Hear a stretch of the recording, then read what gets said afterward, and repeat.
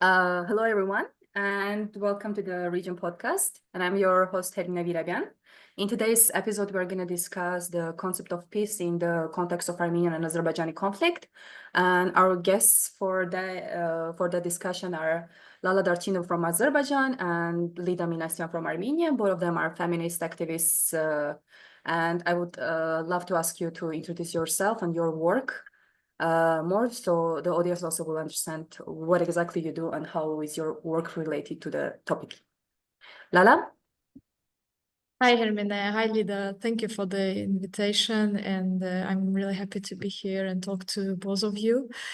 Well, I'm Lala. I'm a feminist activist, feminist peace activist, as you can call me whatever you want. And I'm from Azerbaijan, currently out of country for my doctoral studies. And I'm affiliated with Caucasus edition.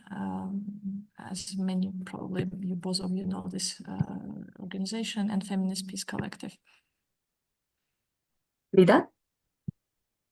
Hello, both, and thank you for the invite. I'm looking forward to this conversation. As Hermine introduced, my name is Lida. I'm from Armenia, and I'm the co-founder of Women's Agenda. We are a feminist peace organization, mainly working on gender, peace, and security topics, particularly enhancing expertise of women in the peace-building processes, and trying to build sustainable peace in communities. Thank you. Sounds very exciting, and I'm very happy that we're going to have this conversation about peace from the angle of feminist perspective, which is, I think, something that we don't have in our agendas, stated agendas, and also in public that much. We have seen that throughout those 30 years, our both states, Armenia and Azerbaijan, failed the negotiations of peace. And besides that, they also manipulated the concept, the word itself. What does it mean, peace? And I think this way they also trapped the society itself. When I was going through the word, I found a definition in Cambridge Dictionary: peace, freedom from war and violence, especially when people live and work together happily without disagreements. Firstly, it's something that we never had in our region.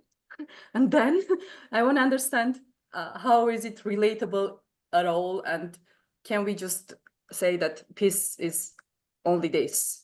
I would love to hear from you, and feel free to start, whoever wants to. Okay, maybe I go first. I honestly don't like that definition because I don't think humans can ever live without a disagreement or any conflict, to be honest. And I think it's fine to be in a conflict or to be in a disagreement.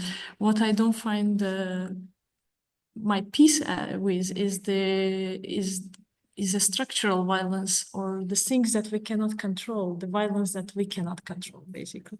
The things that we never consented to. Things like the Karabakh war that we experienced, things like socioeconomic violence that we live in very precarious conditions in our societies, or domestic violence, or violence in terms of genders, and the things that we experience in societies, but again, we cannot control, like gender-based violence, let's say. And whenever the victims of this violence try to complain or try to raise their voices, again, we are facing the silencing. So these are, I think, more structural things that I'm not happy with. And for me, eliminating this type of things would mean some kind of peace. And just to finalize and not talk too much, I think peace is something that we as a community can agree on what it means for us, and not the Cambridge dictionaries or any white people in academia. So yeah, I think it's us who are defining what is peace. But unfortunately, we are not that strong as a community these days to do that. Lida, any thoughts? Yeah, like I certainly agree with different people define peace very differently, and I'm encountering this every time I work with different groups within Armenia, and people who live in capital, people who live in the regions, each one of them, depending on their life stories, situations, the socialization they went through, they defined peace quite differently. But also on the one hand, the structural violence is indeed embedded in our societies, and we see different manifestations of that in our daily lives. The question here is whether the absence of structural violence will immediately already translate into peace or it won't, whether the absence of structural violence will already mean people's lives would be protected, rights would be protected, or whether they would be social justice prevailing, etc., etc. That's kind of the other aspect. But in our context, something that I'm going to share is also the absence of threat or fear is a huge part, because especially after the war, given the societies do live in continuous fear of there might be another war coming our way, even if there is absence in active conflict at that moment, the narratives, which is also part of the structural violence, are actually manipulating people towards more sense of fear and threat. And like, since we don't have any internal peace in our minds and hearts, we cannot say that there is peace after all. Yeah. And the conversations that our states are having now, like after failing all the peace negotiations for 30 years, we see that they now want to achieve this peace, but at the same time, we don't understand how it's going to happen. And what do you think, what do they provide to society? Is it the real peace which will secure, and how it's going to happen if you consider all the factors that you also mentioned? How is it possible to achieve this peace when it's not going to only mean the end of the physical violence, but also that people will also become part of it and will really feel secure in that peace?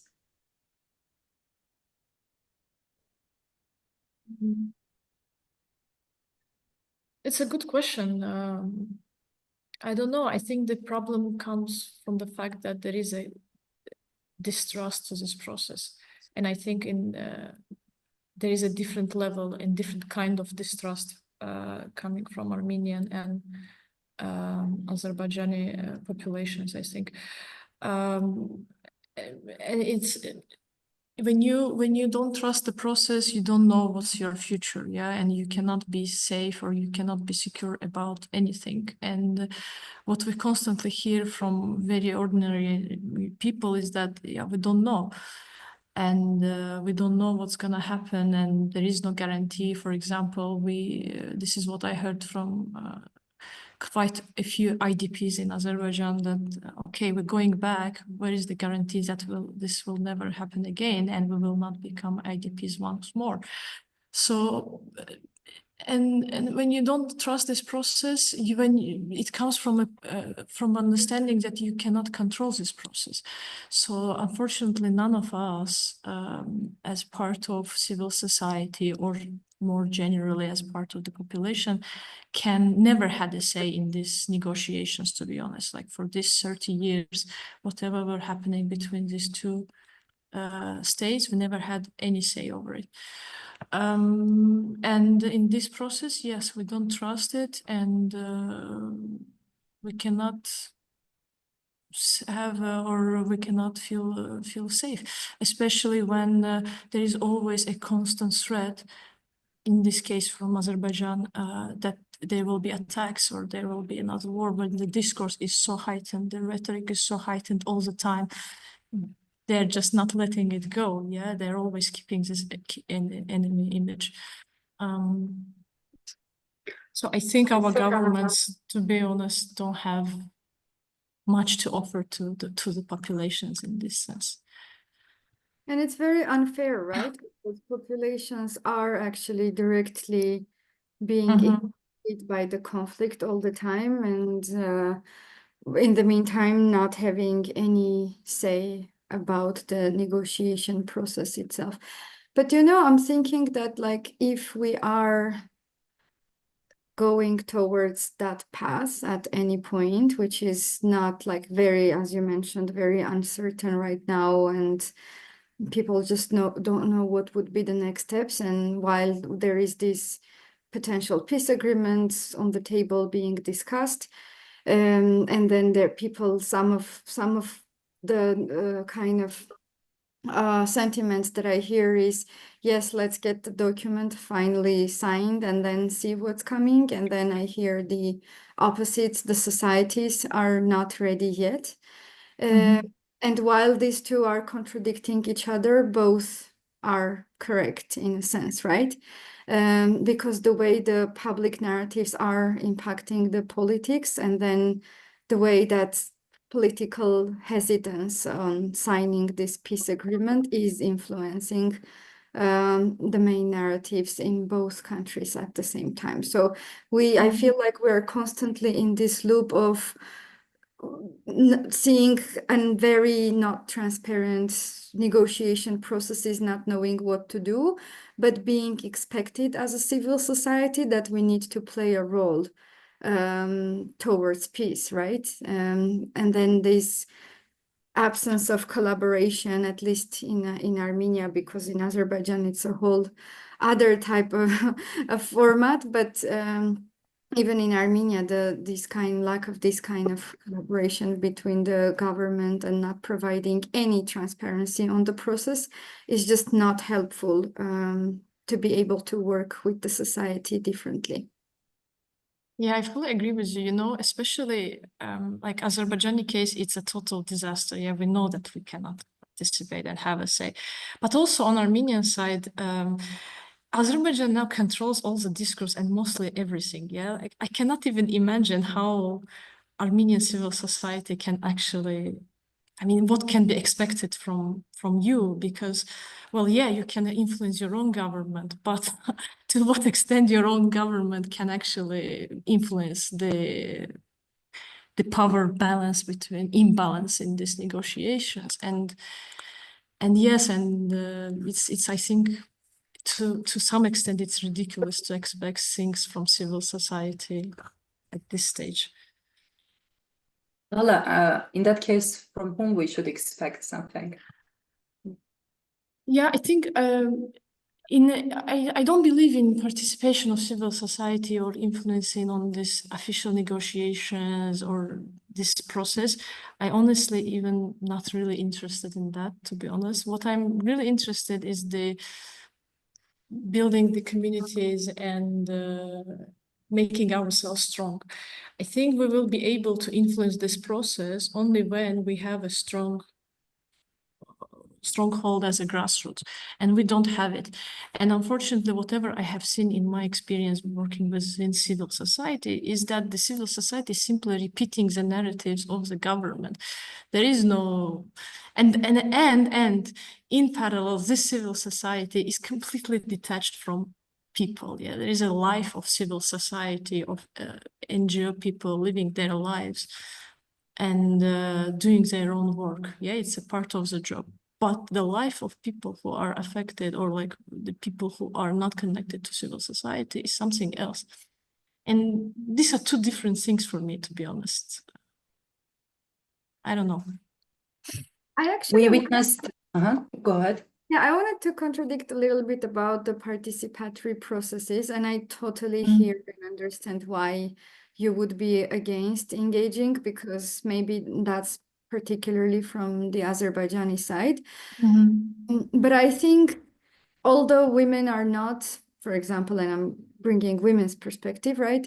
Women are not engaged in the track 1 negotiations at the moment, but I see how more engagement and participatory approaches can shift things towards the better. And I'm not like having this delusion that once you engage women in negotiations, things are gonna like transform fully, and the mere involvement of women is going to result in immediate and sustainable peace or anything. I'm just like thinking, since there are things being negotiated, maybe adding another additional layer of more sensitivity, thoughtfulness, different perspective, and groups that are actually working closer with the public can have its own benefits to make this process more sensitive and more responsive to the local needs. Because sometimes when you are in the political elites, you kind of probably, I assume, have this tendency of falling into your own bubble and narrative, and sometimes not having enough opportunities to do these reality checks and touch points with the wider public. But this is a need. If you're negotiating something that is going to influence everyone in the country and in the region, you need to have this participatory process of doing things. Lida, what kind of work do you mean when you say working with, doing this work with the community and with people? What exactly do you mean? I mean, civil society is standing closer with the society, and since there are many like events, conversations, dialogues happening, initiated by civil society with different groups of the public, my standpoint is that civil society actually is more aware of the internal sentiments within the wider public.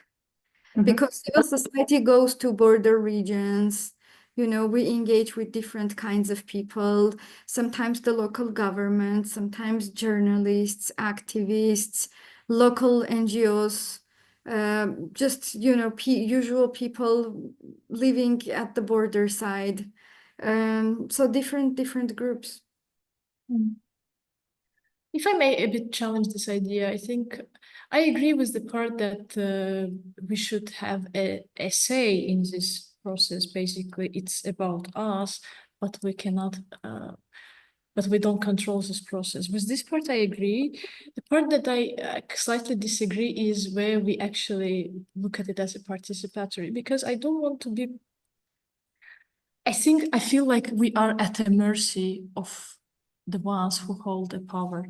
And unfortunately, we don't hold the power even to influence this process. And I think this is what our civil societies did for all this history of the conflict. They were at the dialogue, at the negotiations, or advising the ones who hold power, but never focused on actually building themselves as a powerful group, right? And I will bring an example from Latin America, which I like. I think it's a very different example, of course, very different context. But what they do, whatever, I mean, when we say that we as a civil society, and myself too, I was in this civil society, and I think I'm still there. We go to regions, yes, but this is unfortunately limited to our representation only. We have, or we fail to emancipate the people who are on the ground, and they remain apolitical while we remain political. Yeah, we try to do things. And I think this is limiting us as communities generally. What I like in Latin America, I think their communities are much more stronger, and their political struggle is much more stronger in that sense. They can really influence the government or state. They can bargain because they are powerful, and they also have the civil society, but they also have a different form of activism, I think, where their communities themselves try to take things into their hands and do politics, basically. But this is where I would disagree a bit. I also have this question, was it even possible to have a different structure of civil society in our context throughout those many years? Good one. Yes and no.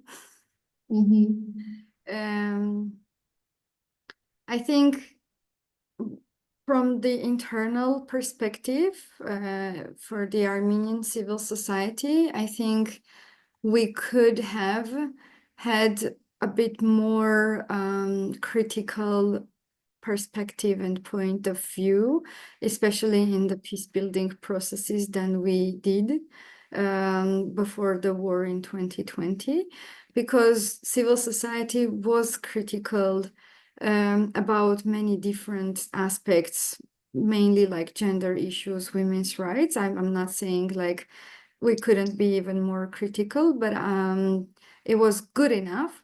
But I didn't see the same point of view and the same way challenging things or promoting peace before the war.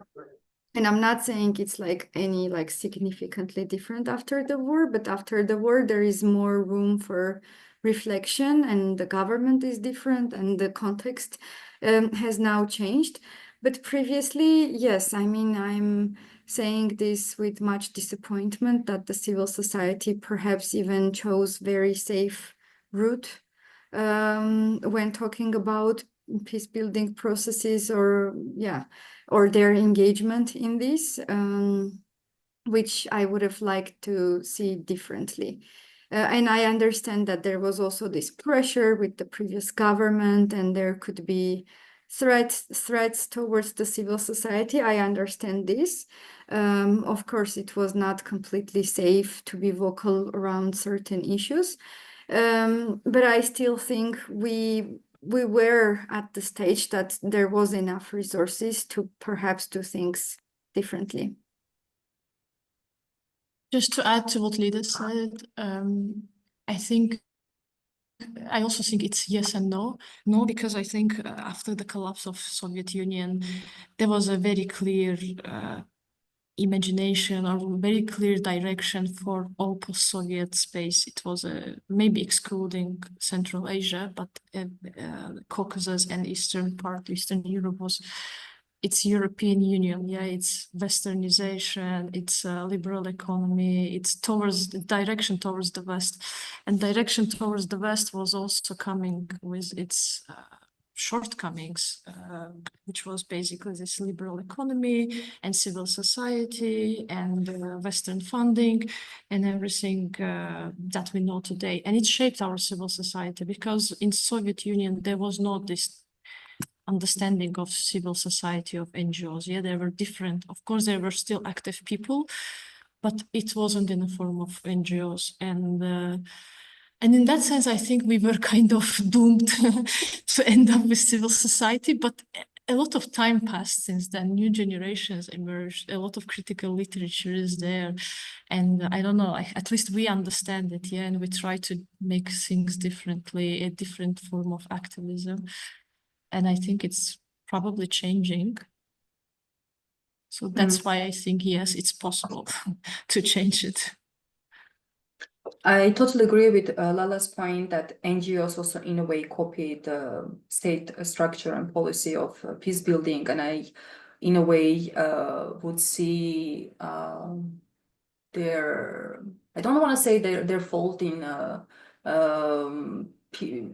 failed peace building negotiations. Of course, it's mainly state responsibility, but they also took a big part in it. But at the same time, you were speaking about grassroots organizations and activists who should be there and should work.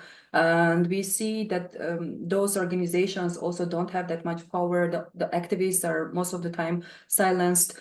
I remember what Bahru Samada was saying, who was recently arrested in Azerbaijan years ago. He was saying that Azerbaijani government will not arrest him because they have done already the maximum, which was to make the society hate himself for his ideas about peace and Armenia and the conflict itself. But at the same time, he got arrested in these times when Azerbaijan also is promoting these peace negotiations and also talks about how we forgive each other and open the communication, the borders.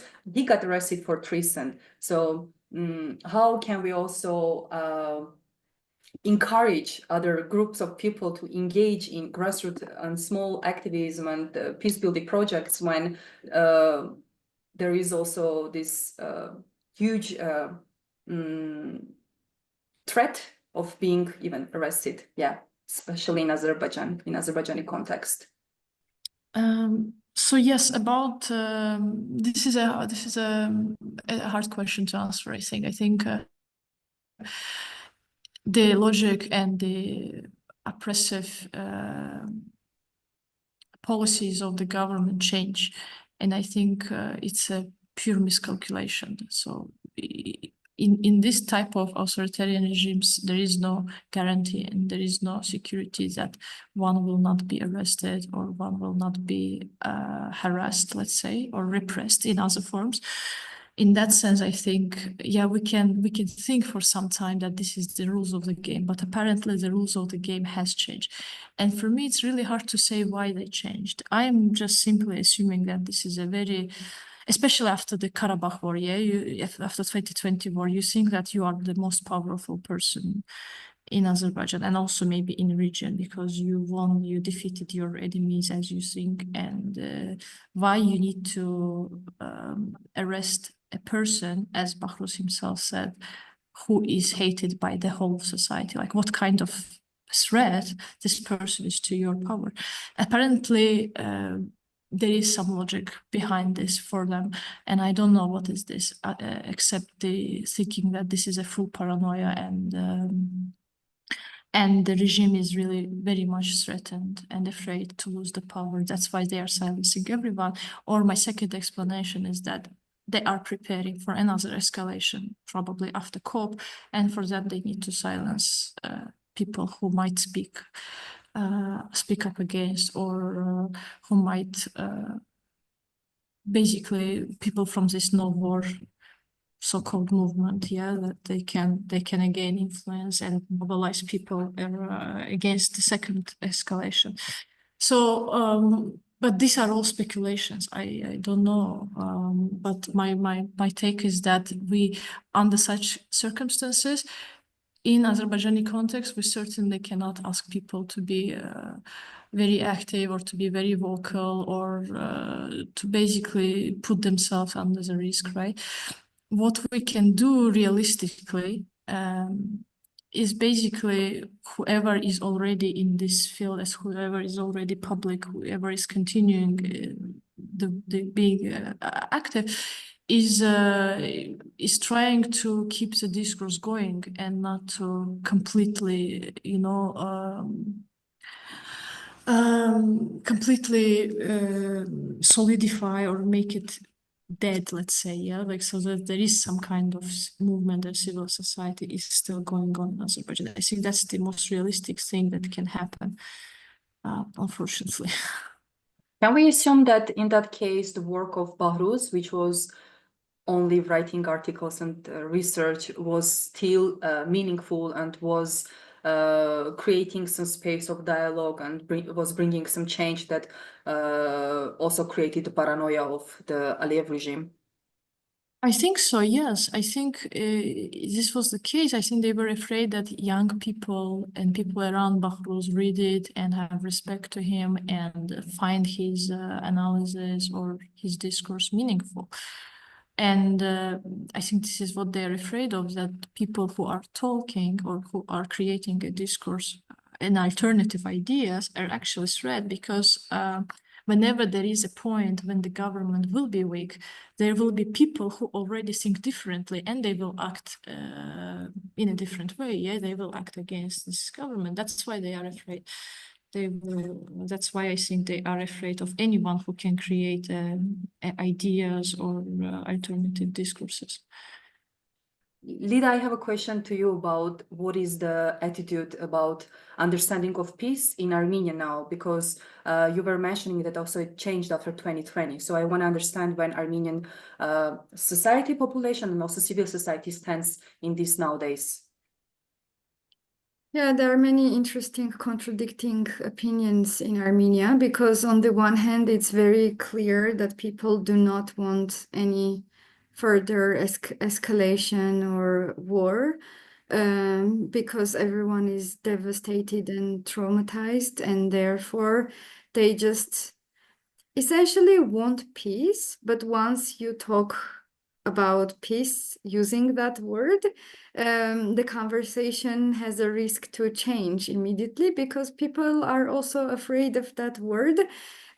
Because the term peace has been manipulated so much recently. It's unfortunately being associated with the weak party of conflict, or it's something that only could be sought by the weak party of the conflict, and it's not dignified for majority of population, and therefore there is some resistance.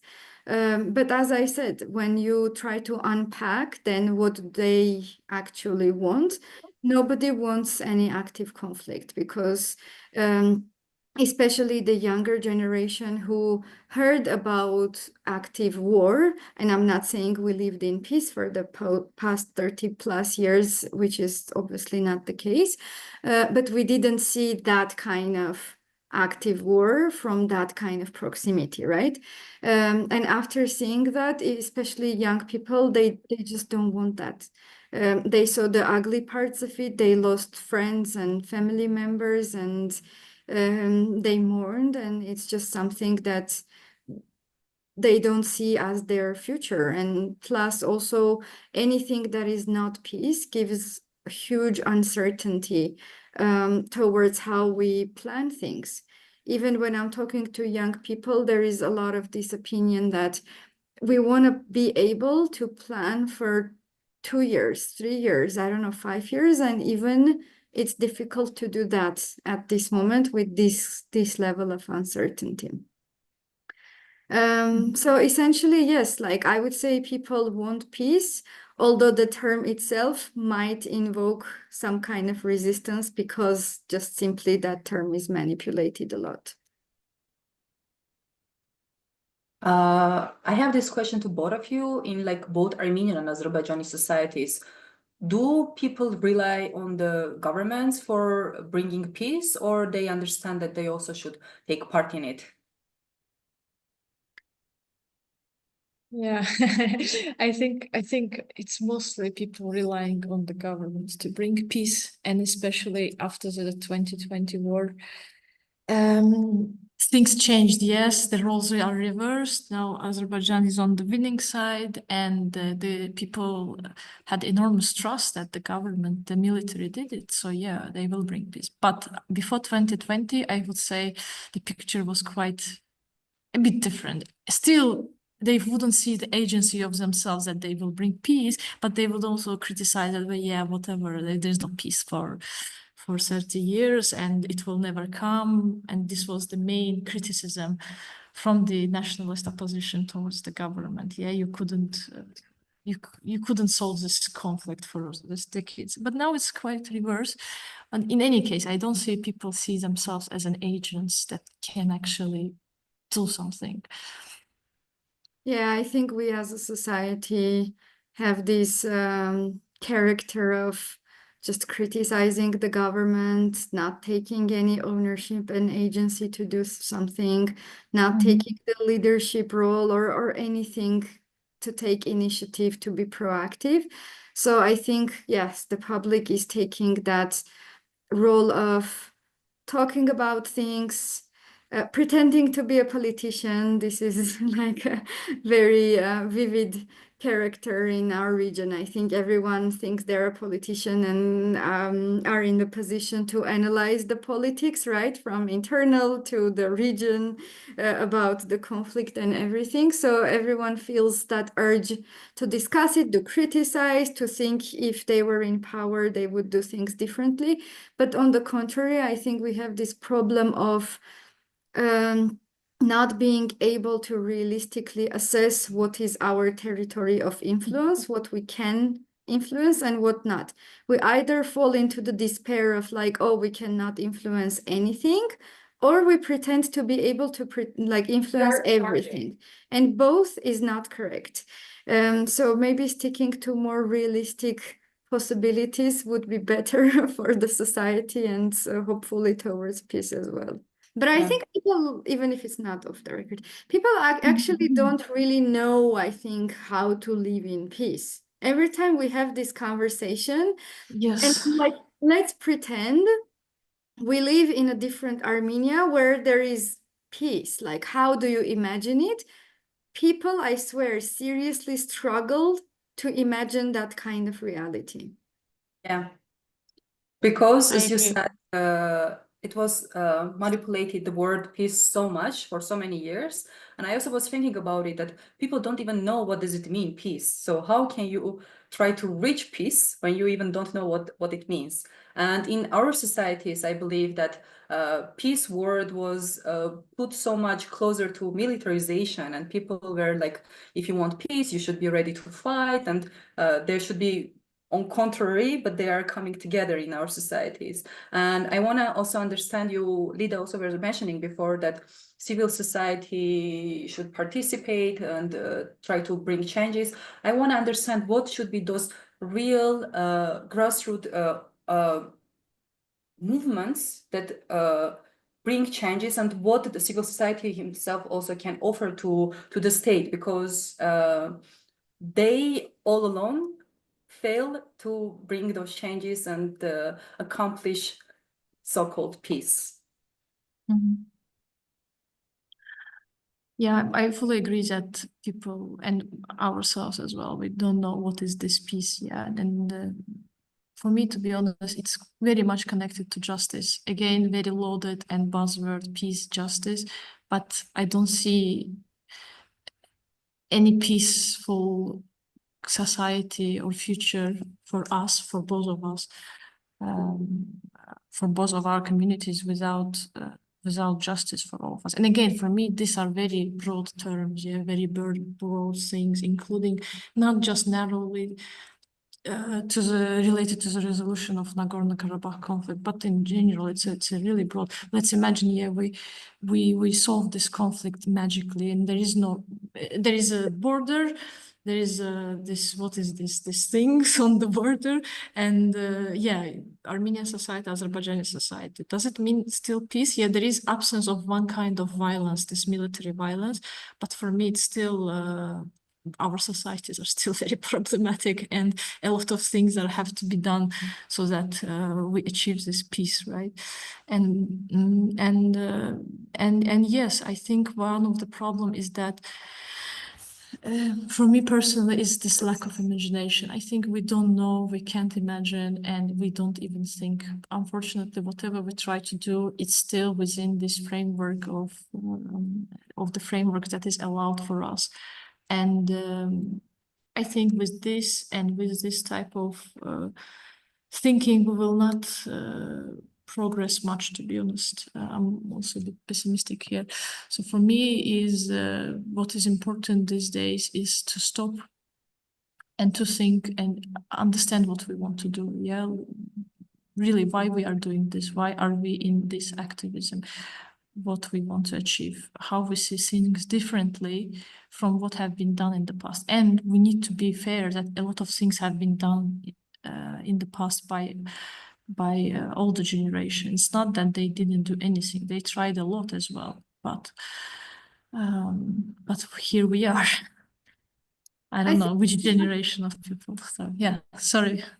No, I think trust has a huge impact on everything at every level. And I want to kind of walk us through how trust transformed since the beginning, right?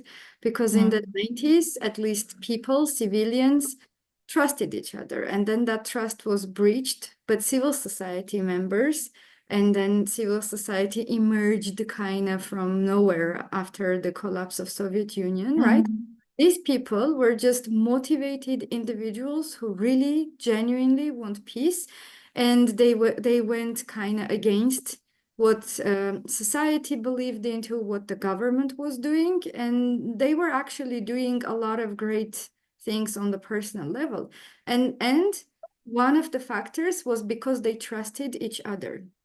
And then there was kind of no trust, no distrust, I believe, up until 10 years ago. And then around 10 years ago, when we noticed the significant internal changes in Azerbaijan, limiting civic spaces. A lot of activists fled the country.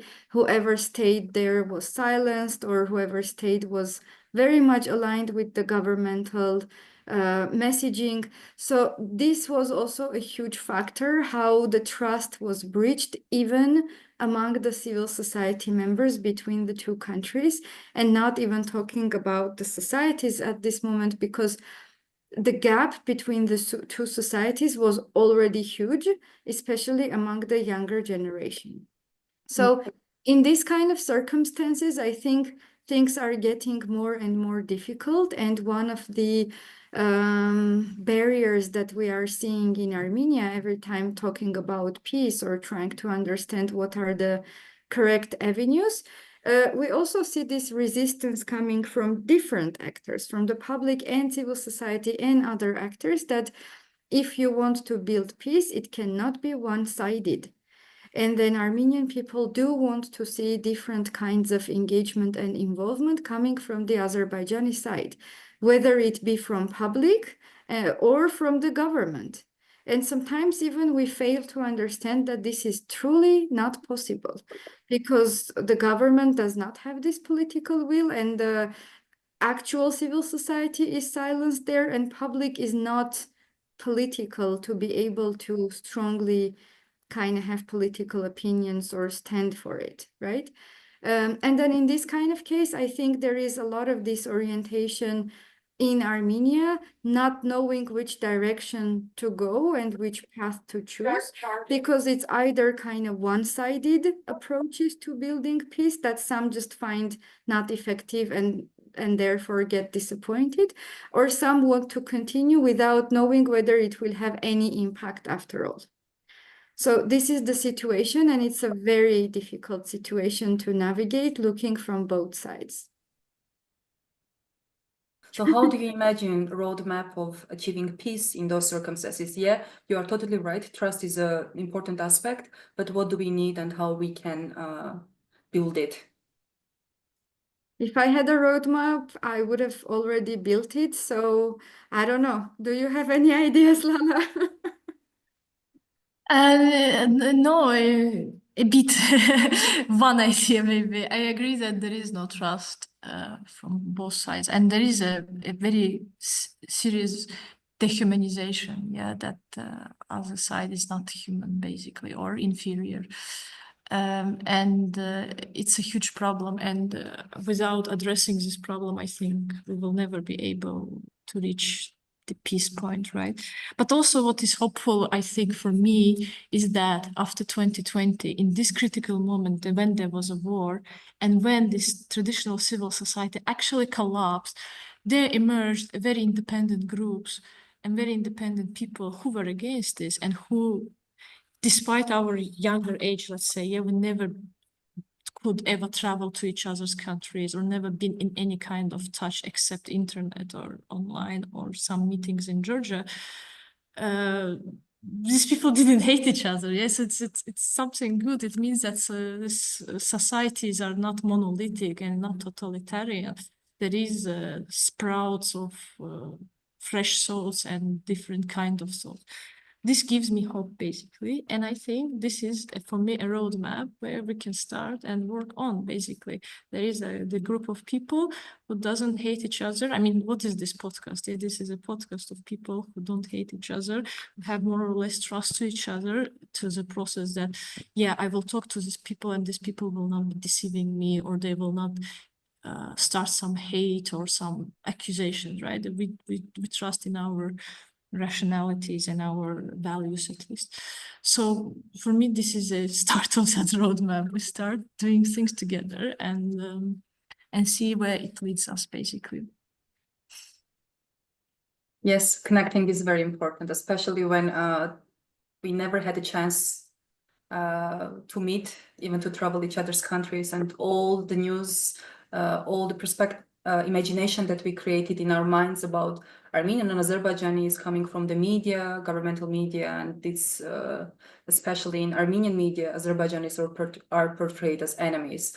I remember when in Tbilisi, once I had friends visiting from Yerevan, and we met a friend, my Azerbaijani friend, in a bar. Then I went to say hi, and then I came back, and it wasn't the main idea in my mind. This friend is Azerbaijani. Then I approached my Armenian friends, and they asked me, "Is she Georgian?" I said, "Actually, no, she's Azerbaijani."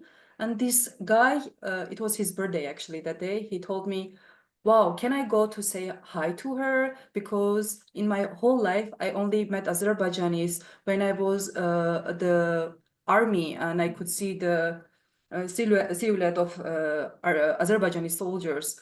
And he went and he was shaking the hand of my Azerbaijani friend for like minutes and thanking her, how it's nice to meet her.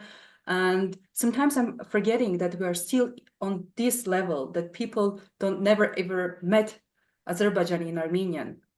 And I think it's a good start, that we all of us should also work on. Thanks a lot, girls. I want to know if you want to add anything. Yeah. Yeah, I just wanted to add about this, like keeping in touch with people who are like-minded. I review this as the kind of a last hope, or maybe like a small island where we hold on to for the times when things overall get better, and then we would be the bridge, basically, because we probably would be the only people. And when I say we, it's not like a small community, but obviously it's not also a huge community, right? That we know each other and there is some trust. So it's kind of like, it means we can build on that and we can continue being in touch, like connect the two societies, because the more we go, the more detached these two societies are being. So it's really, even if this contact and collaboration is not bringing any significant changes right now, it's not for us to get discouraged. I would say it's just to hold on to when things are better and when we can make really good use of these connections. Totally agree. Yeah. Any other thoughts? No, thank you for inviting us and having this nice conversation. Thanks for joining. Thanks for bringing this impact, and take care. See you in next time. Bye bye. Take care.